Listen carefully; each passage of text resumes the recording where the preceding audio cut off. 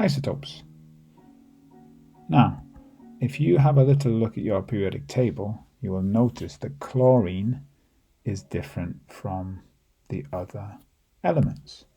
If you look at the proton numbers and the mass numbers, you'll notice that chlorine has a decimal for a mass number. It says 35.5. And why might this be?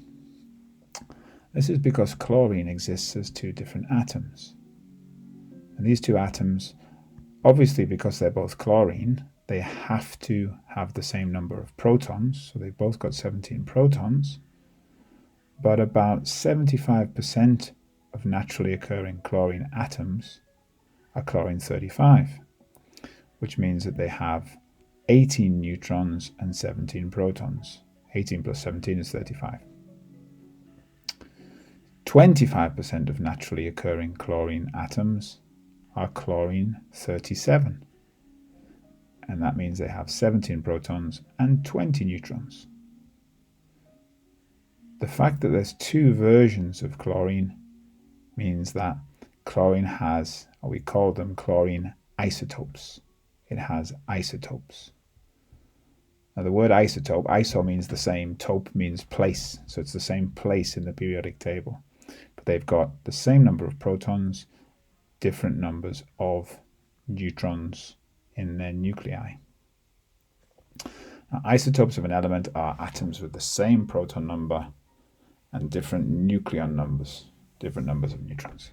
You need to learn this definition. Okay, let's have a little think about isotopes for a second.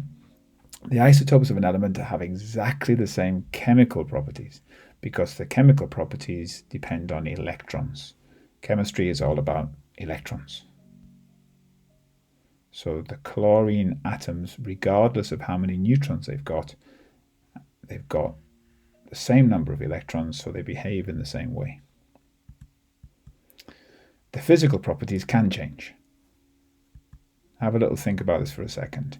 If you've got two isotopes, if they're in the same amount of space, but one's got more neutrons, that means it's got more mass. And if it's got more mass in the same amount of space, the same volume, greater mass in the same volume, it's going to have a greater density. So there's a little space for you to remind yourself of that for the future. Same volume, more mass means greater density.